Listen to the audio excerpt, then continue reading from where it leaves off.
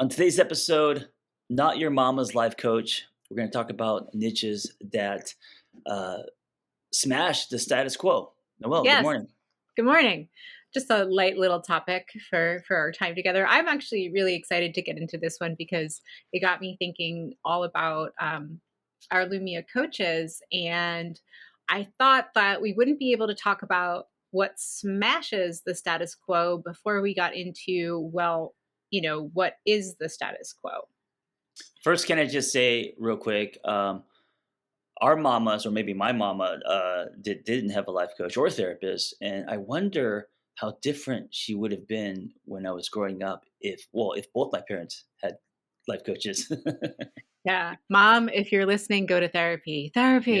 Therapy for my mother. If you know my mother, send her to therapy. It'll be Mm, great. I agree. I totally agree. yeah. No, and I think that that's a beautiful way to kind of like frame this conversation. Hmm. Is a really good friend of mine. It was before my first marriage, and I was having a hard time with my folks. And one of my friend's moms sat with me at her kitchen table and said, every generation reaches their limitation. Hmm. And the things that you like about yourself, your parents gave you, and they did the best they could. Right. Right. And that always stuck with me as, you know, as foundational. I also don't know. I know we're all like, oh, if our parents were different or if they had emotional intelligence or tools, and then who would I be? I don't know. Would we be that different? I mean, I don't know. I don't know if it is. If it would be a significant jump, I think more of my change came from my own life and all the struggles and that what I had to go through, which have nothing to do with my parents. I think they would have set me up better, Yeah. uh, and I think there would have been some difference, of course, with my relationship with self. I think I would believe in myself more, but I don't know if it would be this drastic. Like, I would be a completely different person. My life would be different had my parents had tools. Yeah. And the older I get, the more I'm realizing that I'm still the 8-year-old version of me, Yeah. just with a little bit different lens. You just pay taxes now. That's all. I pay tax. Well, sometimes Yeah. I pay taxes. I pay taxes. Um, no, but speaking of my 8-year-old self, I was a kid that I distinctly remember. I Sports were very confusing and sad and scary and Mm, traumatizing for me, and I remember mm. playing little league and doing ballet in the outfield.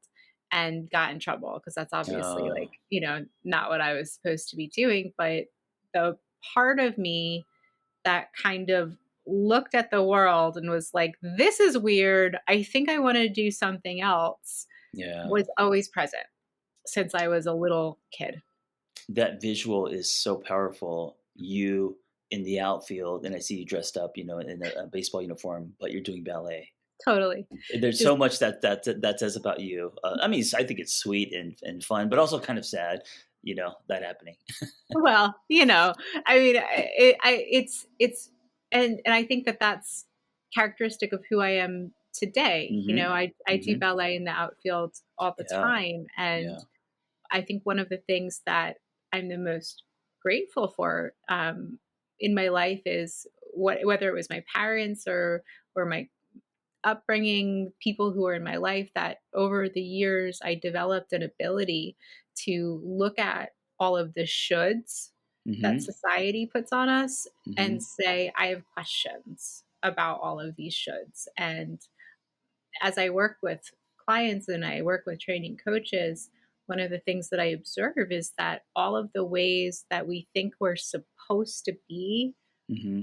carry such heavy shame that they keep people stuck Yeah. from exploring things in life that they really want to do. And such a huge part of coaching is helping people overcome those barriers.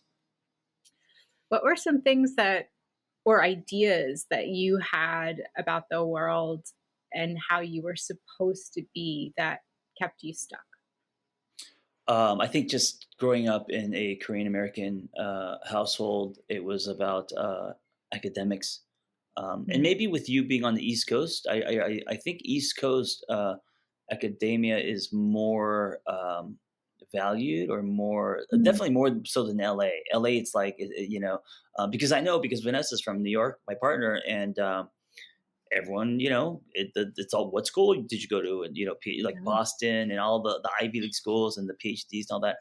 That seems to be a big deal there. Here, it's like it was never that big of a deal. But being Korean, as a young kid, it was always my dad throwing books at me. You have to get straight A's. That's how you're going to succeed.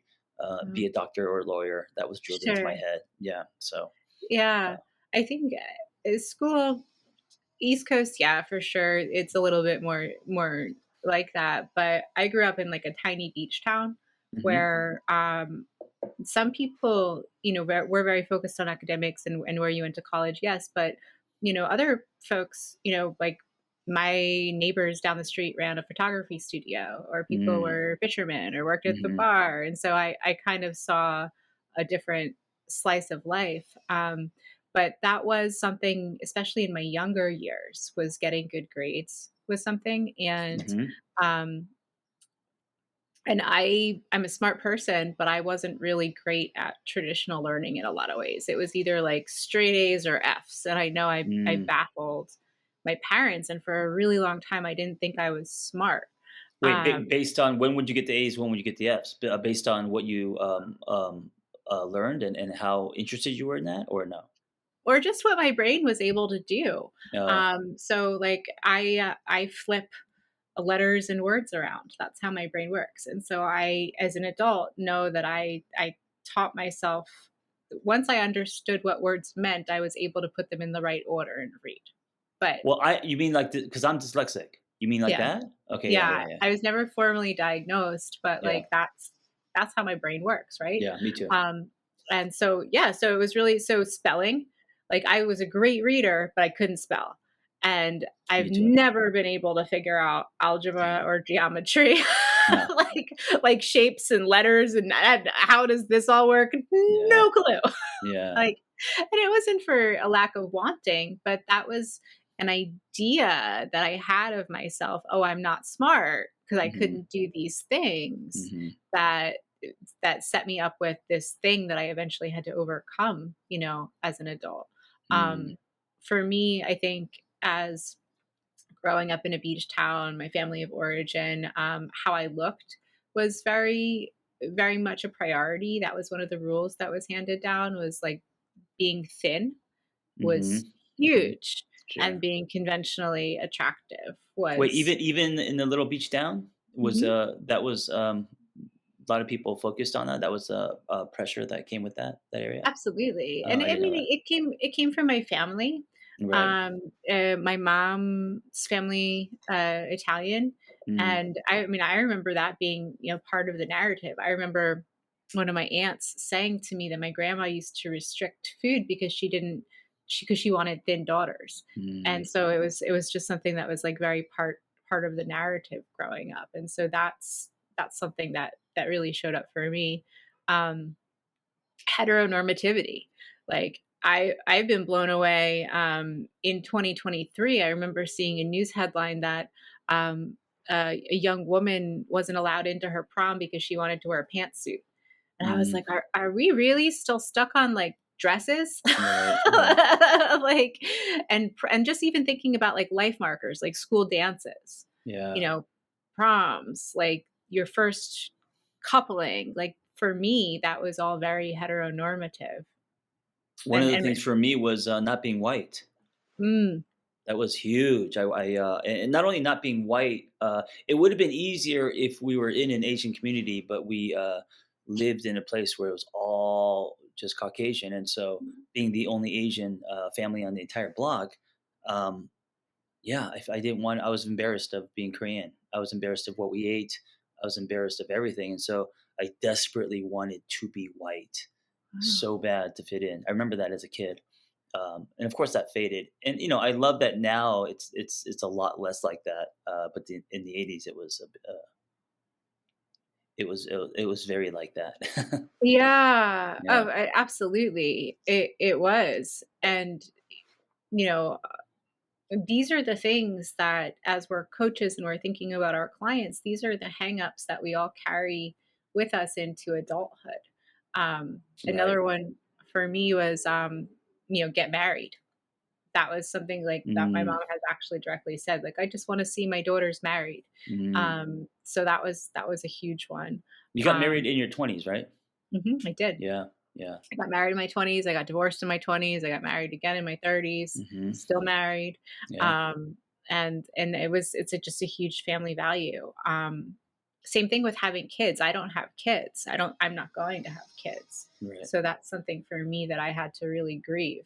But you surprised me. Logan. I surprised myself. Uh, but if I waited a year, I don't think I would have had a kid. It wasn't planned, kind of, and I didn't really see it in my future. So yeah, it wasn't something that it didn't have a lot of weight as far as what I defined as far as a meaningful life. Yeah. You Yeah. know, now And it does, and but before, no. yeah.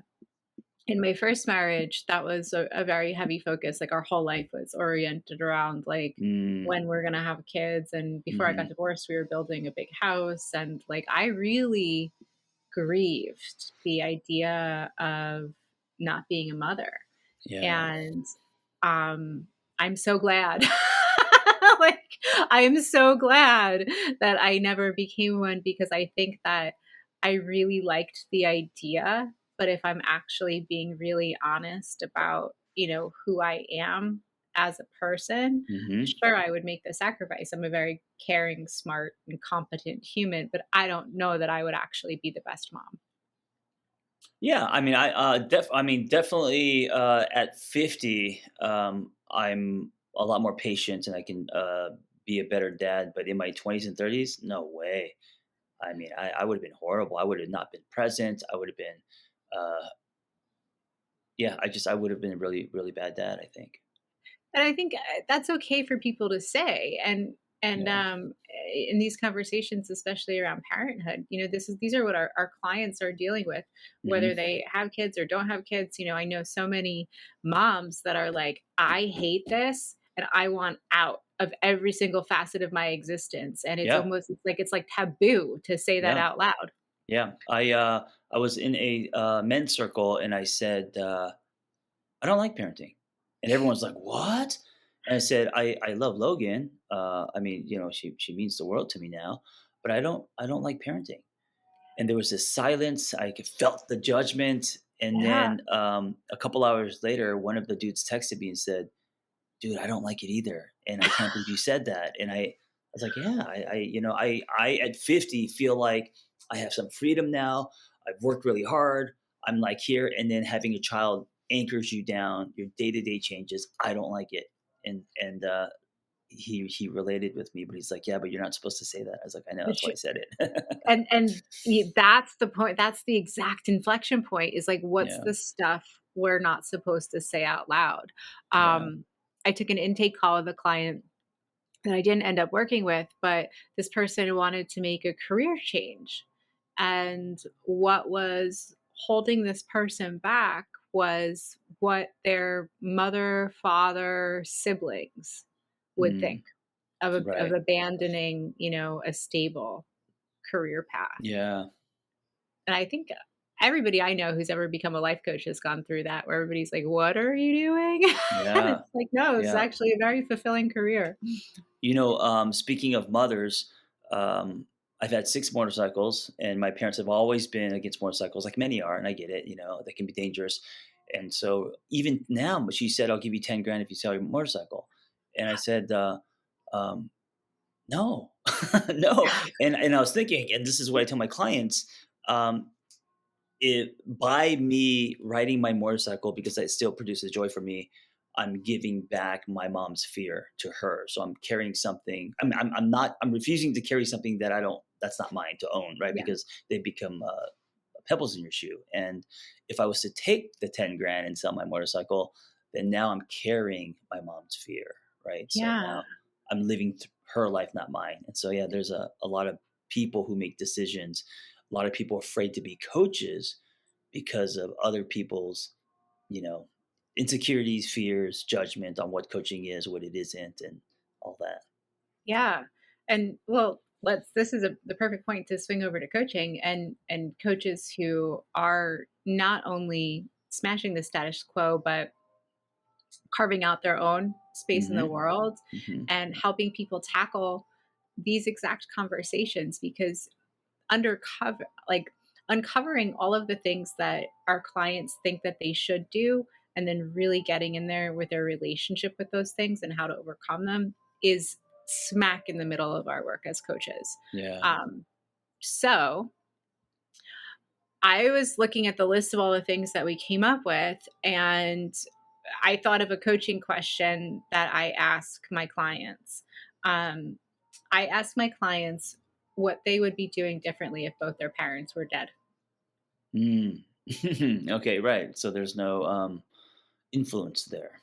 There's Sure. no influence there. Yeah. And it's a totally morbid question. And I ask it in a way to get folks to think about because when I ask that question, the response that I usually get from people is like, whoa, freedom.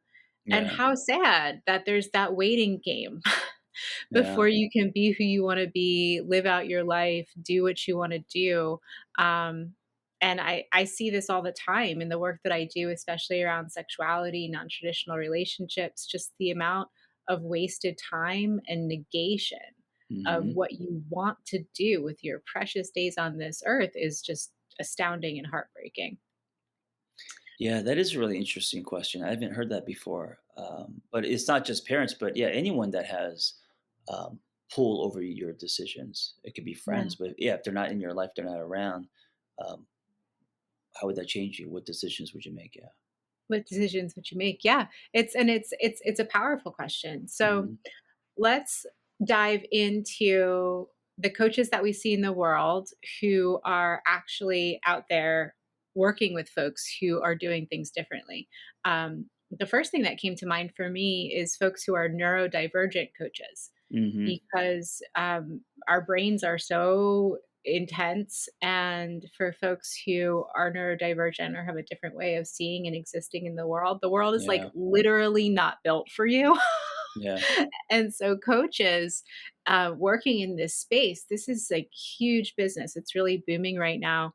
And I see it taking place in two places, both like working with clients. So like somebody who is an ADHD coach will work with Hmm. somebody who has ADHD to help them understand the world, how to exist in it, how to move through it. And I'm also seeing it in corporations where corporations are hiring Mm. coaches to come in and work with managers on how to set up inclusive environments for people who are neurodiverse because the value of a workforce with diverse brains is understood. And that's really cool to see. What about the educational piece? Meaning, what is that? How do you know if you are? What are the stereotyps and all of that stuff? Oh, yeah, and I think Yeah. that's where this niche is really expanding. I know folks who are working with parents and, Hmm. working with kids when they first get the diagnosis, helping them transition from high school to college, working with adults who are like, "Oh my god, this is who I am. Now my whole life finally makes sense to me, Hmm. and I can start navigating the world, in a different way." Um, yeah, and I think the navigating the world in a different way is kind of at the center of all of this work. Mm. Um, I've seen a huge boom in body acceptance coaches. Have you seen Right. that Right. in your travels? Yeah, I think body acceptance. I mean, it's not a new thing, but I think um, you know what? Actually, that yes, I've seen, but you know what's emerging now is being self-partnered, Mm, because yeah. and I'm saying this because my whole single on purpose book, uh, the idea that you have to be with someone to have value, or like you said, Yes. marriage, kids, picket fence, Yeah. all that is fading, and now people are more okay being single and finding joy in not partnership, but in other things in life. Miley Cyrus has that song, "I Could Buy My Own Flowers." I don't know what it's called, but it's become like huge, and so it's all about connecting to self more than holding on to someone's leg or Absolutely. hitting the Yeah, ring. 100%. And the demographics of our country show it. I think um 21% of folks out there are single on purpose. And Hmm. so the Hmm. way that I heard about this really recently, this week, yesterday, in fact, was a conversation looking at coaching within organizations talking about benefits. And Mm, somebody was saying, hey, we're not accounting for this whole population of people that experiences life markers differently from an employee benefits perspective. And so mm, catering to this specific population, you're right, is a huge area that's like totally growing.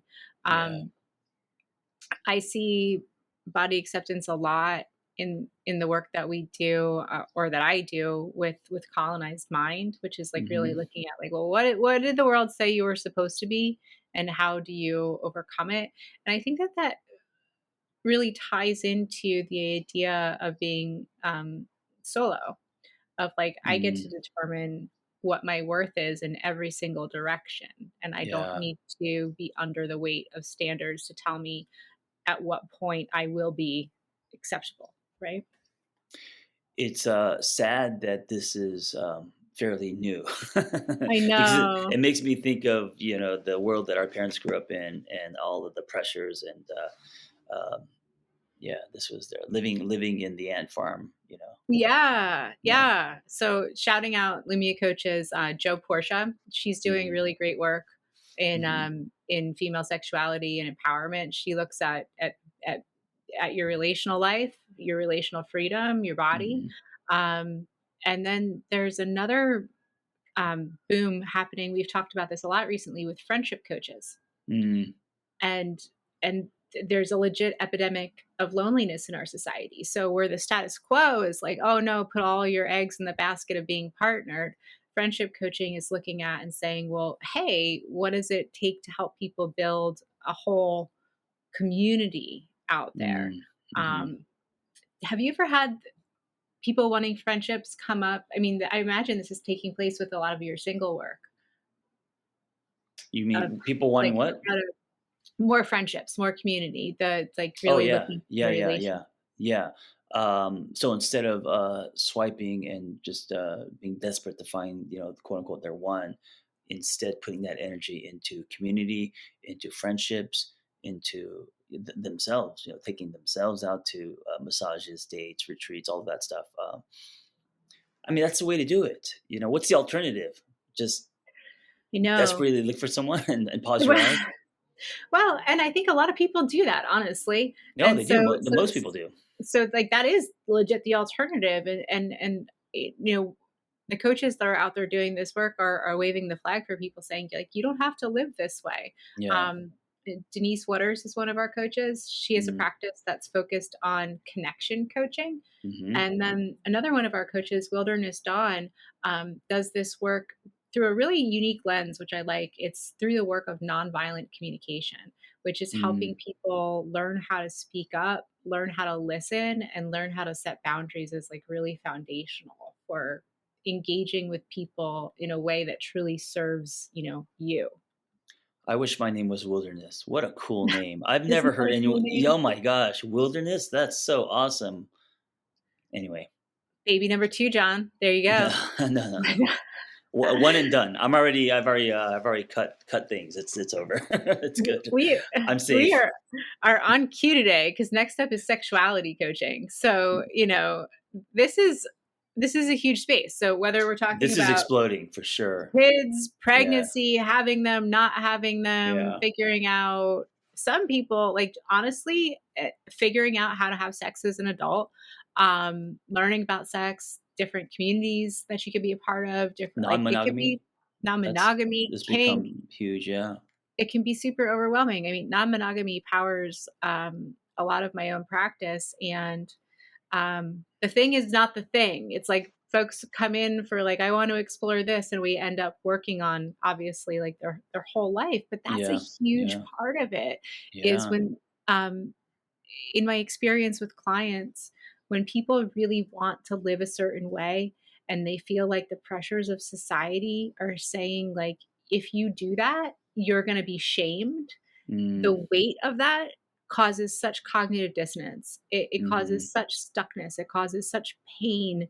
And the reason that I do the work that I do is because to me, that's somebody wasting their time. And I don't want that for anyone. That's all we have Yeah. is our time.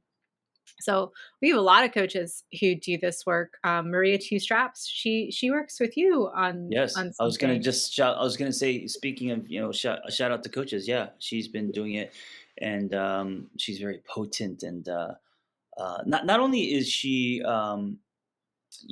coaching, but her whole the way that she lives her life and the things that she does outside of work is also all related. So it's very she's very thorough in her exploration of all of that, educating herself and everything. Absolutely. Yeah. And she has a really robust practice Hmm. in kink, helping people with like Right. beginner's kink of like, you want to Right. explore this world. What's it like? Come on in. Um, Rena. Rena, Yeah. yep, she does sexual empowerment for Hmm. women. Libby Sinback Mm, is non-monogamy. She's awesome. Her podcast is phenomenal. And Justin Citron, one of the instructors of our mm, program, he focuses on a really specific area of sexuality of puppies, being a pup, and has created this beautiful community for men to come in and be a part of, and have game nights and have coaching and mm. explore, Yeah. a really specific facet of the world. It's amazing. It's amazing, and also it's telling of all the different things that you can do as a coach, and it just keeps expanding. And going back to niches and smashing uh, what you think coaches are supposed to do, and you creating your own road interest um, is happening every day.